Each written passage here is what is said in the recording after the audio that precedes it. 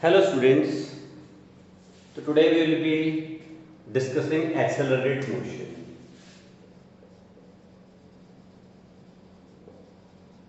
and more precisely uniformly accelerated motion.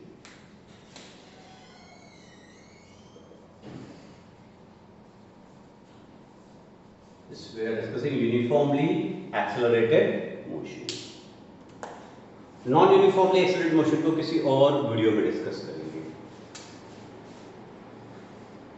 When is a body said to be accelerated?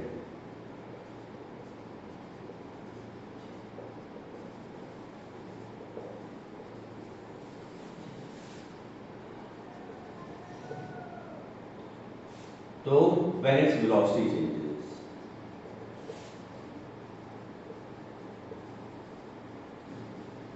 The answer to this is when its velocity changes. And when does the velocity change? When does the velocity change? Velocity is having two aspects. One is the speed and other is the direction. तो अगर speed change हो रहा है तो velocity change हो रही है. तो स्पीड चेंज हो रहा है तो वेलोसिटी चेंज हो रही है, तो मोशन कैसा है? एक्सेलरेटेड है. अगर डायरेक्शन चेंज हो रहा है तो भी तो वेलोसिटी चेंज हो रही है. तो even if direction is changing only, then also the velocity is changing, and it is the case of accelerated motion. When only speed is changing, direction is not changing, then also it is the case of accelerated motion. And if both are changing simultaneously, then also it is the case of accelerated motion.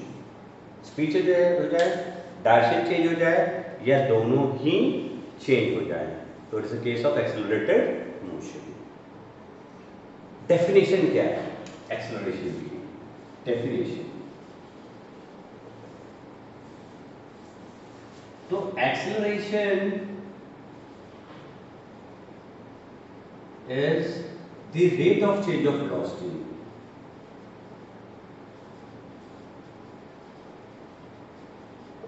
More precisely, acceleration is change in velocity per unit time.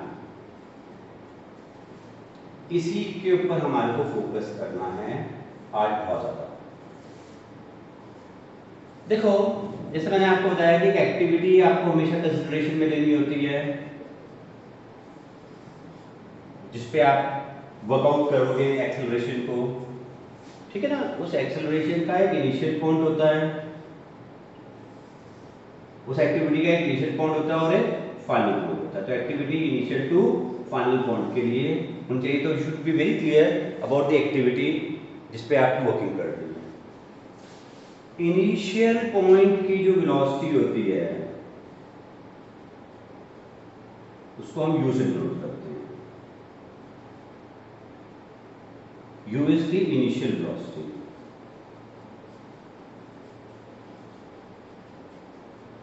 Final point की जो velocity होती है उसे हम we से denote करते हैं. तो V is the final velocity. यहां से हम स्टार्ट करते हैं. सपोज यहां पर हम डिस्प्लेसमेंट को जीरो ले लेंगे, ऑब्वियसली टाइम जीरो है, तो डिस्प्लेसमेंट अभी ये एक्टिविटी स्टार्ट ही होगी और यहां तक आते आते डिस्प्लेसमेंट एस हो गया. तो एस इज द डिस्प्लेसमेंट.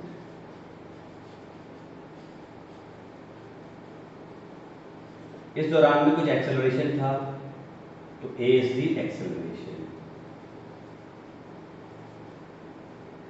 और यहां तक आ जाते टाइम टी हो गया, तो टी जीरो से टी टाइम यानी कि टाइम कितना हुआ? टी. तो आपके एक्टिविटी में 5 पैरामीटर्स इंपॉर्टेंट हैं, U, V, A, S and T. U is the initial velocity, V is the final velocity, S is the displacement, A is the acceleration. Now remember that these 4 quantities are vector quantities and this time is a scalar quantity. And whenever you are dealing with vectors, you need to be cautious about the direction. आपको direction के बारे में काफी question लेने की जरूरत है। Okay, सो अभी हम लोग इक्वेशंस ऑफ मोशन पे आते हैं। इक्वेशंस ऑफ मोशन, तो हमें पता है कि 3 तो स्टैंडर्ड ही होते हैं इक्वेशंस ऑफ मोशन। वो क्या क्या होते हैं? एक होता है v is equal to you plus A T, एक होता है s is equal to U T plus half A T square, V square minus you square is equal to 2as। इन्हें आप वेक्टर टर्म्स में भी इस्तेमाल कर सकते हो। v is equal to you plus A T, s is equal to U T plus half A T square. Time पे भी वेक्टर नहीं लगा रहा क्योंकि टाइम वेक्टर क्वांटिटी नहीं है। और वी स्क्वायर की जगह आप लिख सकते हो V dot V minus you square की जगह पर U dot U is equal to 2a dot S. अगर इनिशियल वेलोसिटी 0 हो तो v is equal to A T, S is equal to half A T square and V square is equal to 2a का भी इस्तेमाल कर सकते हो। और अगर फ्रीली फॉलिंग बॉडी है तो फ्रीली फॉलिंग बॉडी के लिए a किसके बराबर हो जाता है? g के बराबर।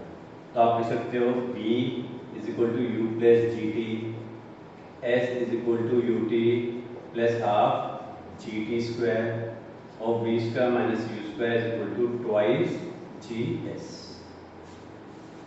ओके, जैसे मैंने तुम्हारे को बताया था कि इसमें डायरेक्शन हमारे लिए बहुत इंपॉर्टेंट फैक्टर्स होते हैं। तो पहले डायरेक्शन के ऊपर ध्यान दे देते हैं। तो देखो, आपका मोशन जो भी आप कंसिडर करो एक्टिविटी, या तो वर्टिकल डायरेक्शन में होगी या फिर हॉरिजॉन्टल डायरेक्शन में होगी या फिर कुछ इंक्लिनेशन होगा, इंक्लाइन लाइन पे। वर्टिकल का मतलब मोशन इस तरीके से हो रहा है, ऐसे। याद रखना कि आपको एक डायरेक्शन को पॉजिटिव मानना होता है तो दूसरा डायरेक्शन क्या हो जाता है? नेगेटिव। जो जो क्वांटिटीज आपके पॉजिटिव अज्यूम डायरेक्शन की तरफ हैं उनको आपको पॉजिटिव साइन असाइन करना है इन वैल्यूज। वैल्यूज डालते वक्त आपको साइन असाइन करने पड़ेंगे और साइन का जनरली आपके हाथ में होता है कि आप क्या करें। एक डायरेक्शन को पॉजिटिव मानना होता है और एक डायरेक्शन को नेगेटिव मानना होता है। तो ये पॉजिटिव है और ये नेगेटिव है, ऐसा आप अज्यूम कर सकते हो। कोई और बंदा अगर चाहे तो वो ये भी अज्यूम कर सकता है कि नहीं, मैं तो ऊपर वाले को नेगेटिव मानूंगा और ऊपर वाले को पॉजिटिव मानूंगा, परफेक्टली होती है, उस पर कोई इशू नहीं।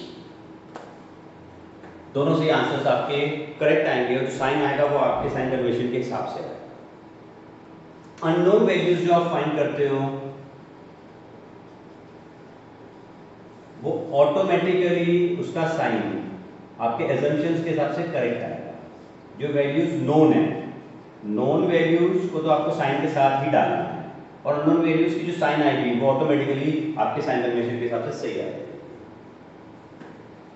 हॉरिजॉन्टल में आपका मोशन इस तरीके से होगा, आप इसे पॉजिटिव और इसे नेगेटिव ले सकते हो।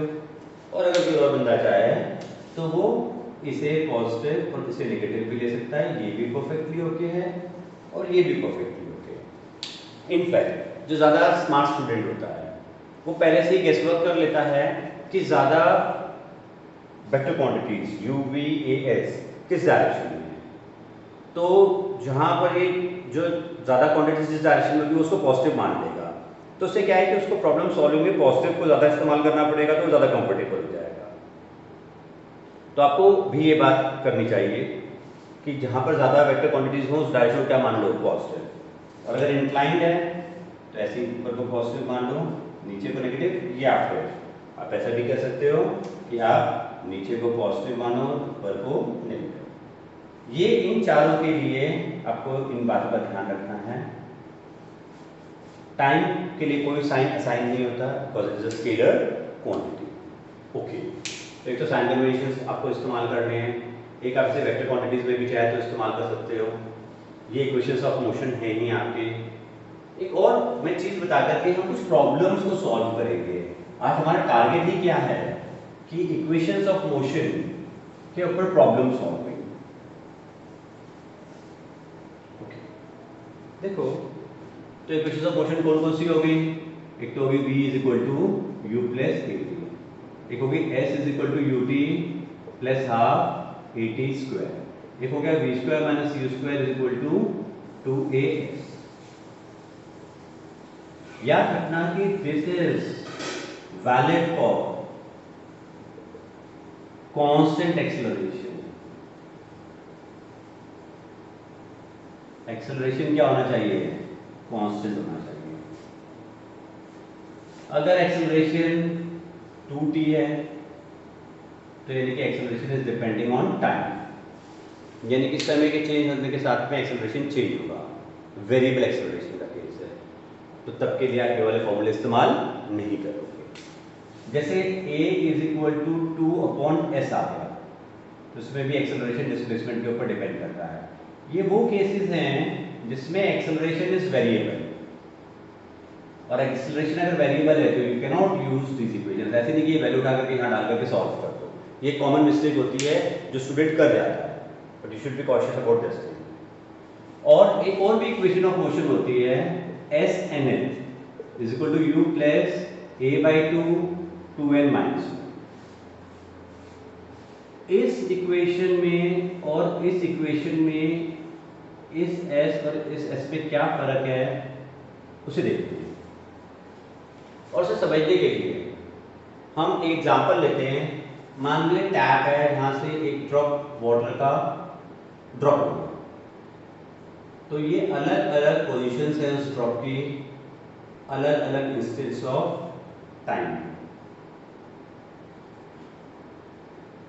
तो time t is equal to 0 पे वो यहाँ पर था, टाइम 1 सेकेंड पे वो थोड़ा नीचे आ गया, टाइम 2 सेकेंड पे थोड़ा वेलोसिटी और बढ़ गई, थोड़ा और नीचे आ गया, टाइम 3 सेकेंड पे यहाँ पर आ गया, और टाइम 4 सेकेंड पे वो यहाँ पर है और नीचे जा रहा है। ये पोजीशन अलग अलग इंस्टेंस ऑफ टाइम पे है। और ये पूरी जर्नी 0 से लेकर के 4 सेकेंड की, पहला सेकेंड भी था, दूसरा सेकेंड भी था, तीसरा सेकेंड भी था और ये चौथा सेकेंड भी था। तो 4 सेकेंड्स की जर्नी को हम मान लो विजुलाइज करते हैं। अगर आप इस वाले फॉर्मूला को इस्तेमाल करोगे s is equal to U T plus half A T square, और t को कितना डालोगे 4 सेकेंड, तो जो आपको s मिलने वाला है यहाँ पर s, वो ये कंप्लीट डिस्प्लेसमेंट मिलेगा for the complete time interval. लेकिन अगर आप इस वाले के ऊपर फोकस करते हो एस एन एच, और यहां पर n टाइम होता है, n को 4 डाल रहे हो,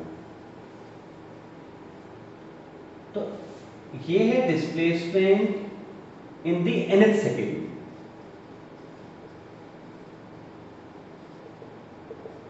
एक पर्टिकुलर सेकेंड का डिस्प्लेसमेंट है। तो अगर आप इस वाले फॉर्मूले का इस्तेमाल कर रहे हो s nth is equal to you plus A by two 2n minus 1, और यहाँ 4 डाल रहे हो, s4 इज इक्वल टू, याद रखना इनिशियल वेलोसिटी जो है u, ये यही वाली होगी आपकी स्टार्टिंग वाली, ये स्टार्टिंग पॉइंट है, इनिशियल पॉइंट है, इसकी वेलोसिटी ये ड्रॉप हुआ है तो ये 0 हो जाएगा। a फ्रीली फॉलिंग बॉडी के लिए 9.8 acceleration due to gravity, 2 into 4 minus 1, तो ये 7, तो ये 9.8 into 3.5 मीटर आ जाएगा। लेकिन ये निकला क्या? s 4 सेकेंड का डिस्प्लेसमेंट आया है, ये ओनली 4 सेकेंड का। देखो ये पहला सेकेंड बीत गया, पहला सेकेंड खत्म होने के बाद दूसरा सेकेंड चालू हो गया, ये दूसरा सेकेंड है, सेकेंड सेकेंड, फिर सेकेंड खत्म हो गया, फिर थर्ड सेकेंड चालू हो गया, यहाँ थर्ड खत्म हो गया तो ये 4th सेकेंड चालू हो गया। तीसरा सेकेंड खत्म होने के बाद this is the end of 3rd second, and this is also the start of 4th second, तो this is the 4th second.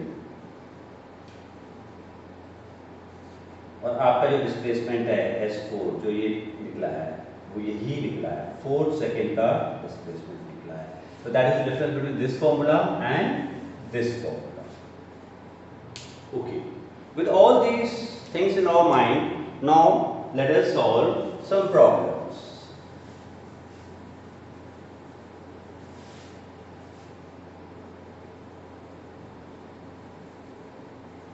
Okay, तो पहले हम इसी इक्वेशन पे फोकस करते हैं। S NH is equal to you plus a by 2n minus 1 में एक प्रॉब्लम को सॉल्व करते हैं। मान लो आपको ऐसे दे रखा है कि एक बॉडी थी जिसका सेकेंड में जो डिस्प्लेसमेंट है वो है 12 मीटर और 4 सेकेंड में जो डिस्प्लेसमेंट है वो 20 मीटर है। तो आपको निकालना है डिस्टेंस कवर्ड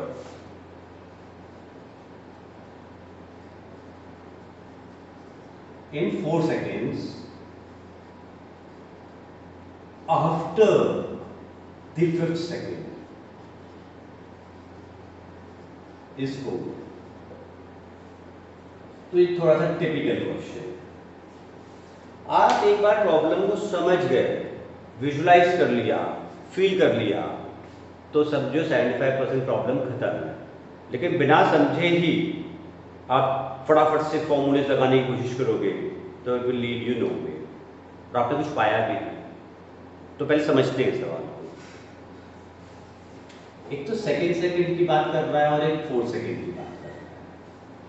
देखो, हम ये मान लें कि चलो यहाँ से इसकी जर्नी चालू हुई, ये पहला सेकेंड कंप्लीट हो गया, ये सेकेंड कंप्लीट हो गया, फिर ये 3rd सेकेंड, फिर ये 4th सेकेंड, फिर ये 5th सेकेंड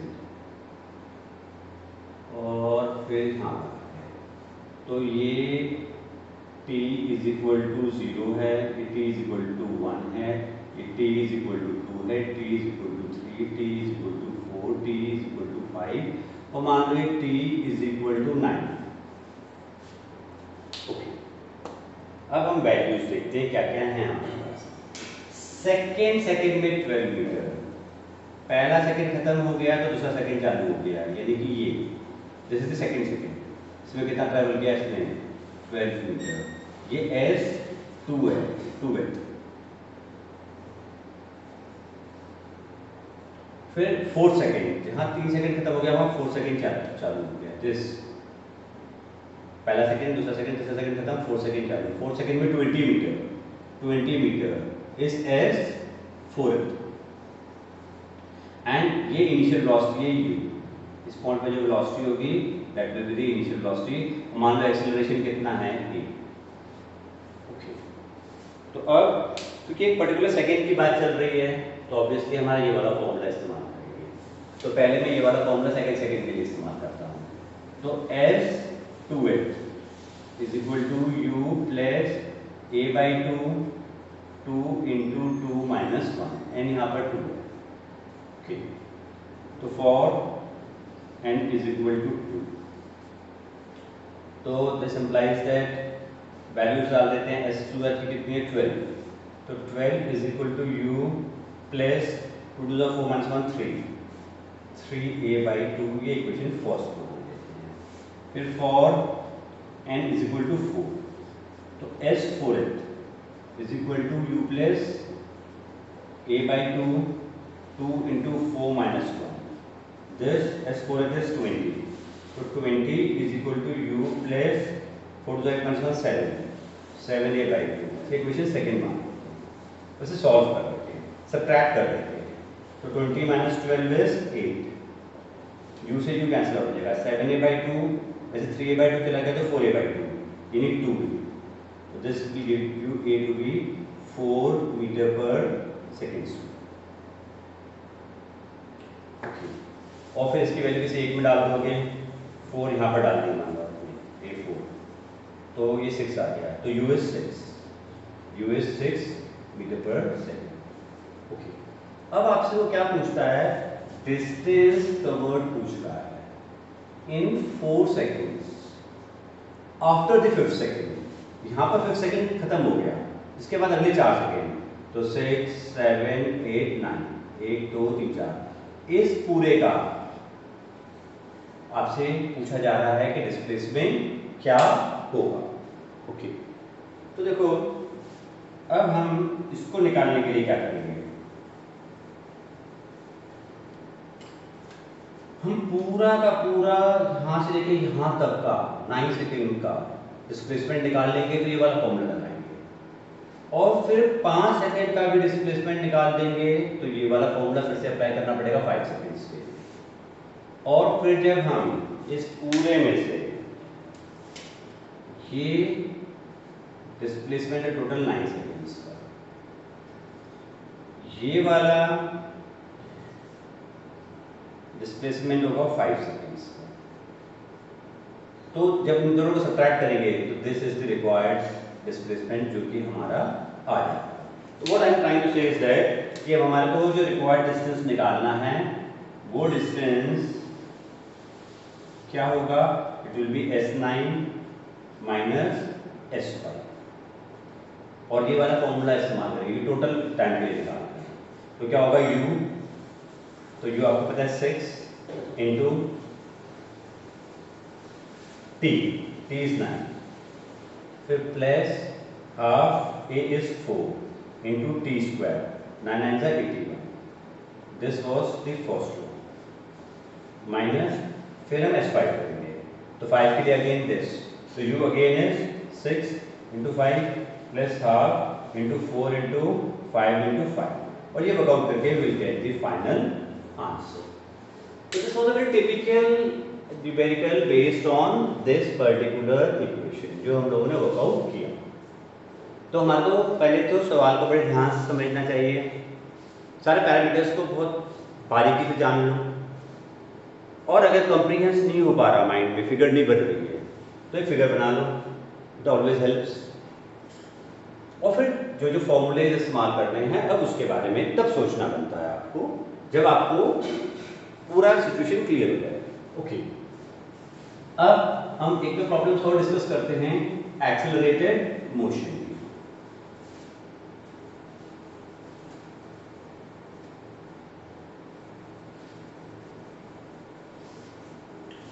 तो मान लो आपसे कहा जा रहा है कि a parachutist bails out,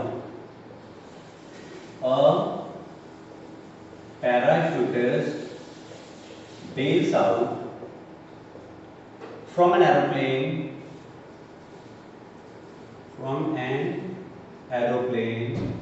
after dropping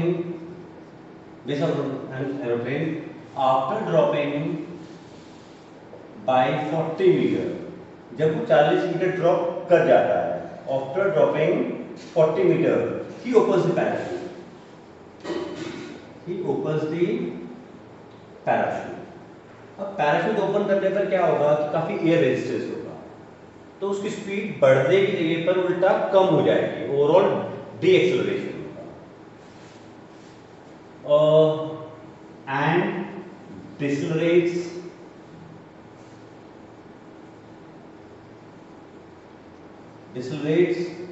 bye या at 2 metre per second square, at 2 metre per second square. अब वो कहता है if it reaches the ground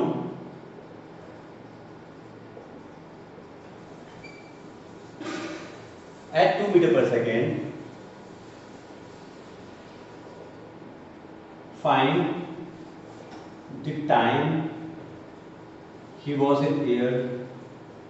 एक तो ये फाइंड करो कि कितने टाइम में वो हवा में था, ग्राउंड पे पहुंचने से पहले, और second the height at which he bailed out, height at which he bailed out।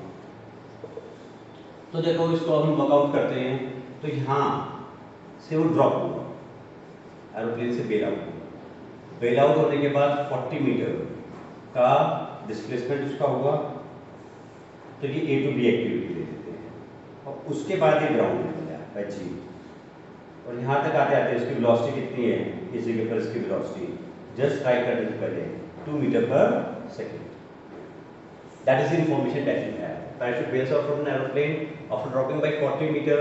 He opens the parachute and deaccelerates. So deacceleration है इसका 2 meter per second square. If he reaches the ground at 2 meter per second, then find the time he was in view. तो पहले हम ये सोचते हैं कि क्या हम A to G को एक एक्टिविटी ले सकते हैं क्या? A to G क्या एक एक्टिविटी हो सकती है क्या? नहीं हो सकती। क्यों? क्योंकि यहाँ पर वो फ्रीली फॉलिंग बॉडी है, तो यहाँ पर उसका एक्सेलरेशन कितना है 9.8 मीटर पर सेकेंड स्क्वायर, और उसके बाद से उसका डी एक्सेलरेशन चालू हो गया। तो यहाँ से देखिए यहाँ तक एक्सेलरेशन कुछ और है और उसके बाद एक्सेलरेशन कुछ और हो गया। पूरी एक्टिविटी के लिए एक्सेलरेशन क्या रहना चाहिए? Constant. For the complete activity under consideration the acceleration should be a constant. तो पूरी एक्टिविटी के लिए तो भी कांस्टेंट हो नहीं रहा है एक्सेलरेशन, तो ठीक है A to G तो स्ट्रेट अवे इस्तेमाल करना भूल जाओ। अब क्या कर सकते हो? अब A to B को आप एक एक्टिविटी ले सकते हो, वो ले सकते हो। ड्रॉप हुआ तो इनिशियल वेलोसिटी क्या है? 0 है। डिस्प्लेसमेंट कितना हो गया?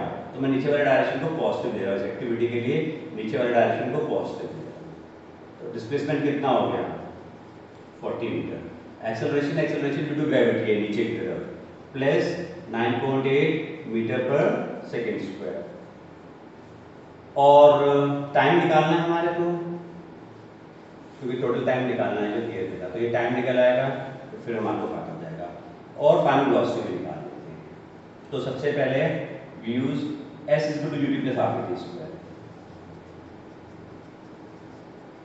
This implies that 40 is equal to u 0 हो गया तो पहला टर्म गया half into a 9.8 into T square.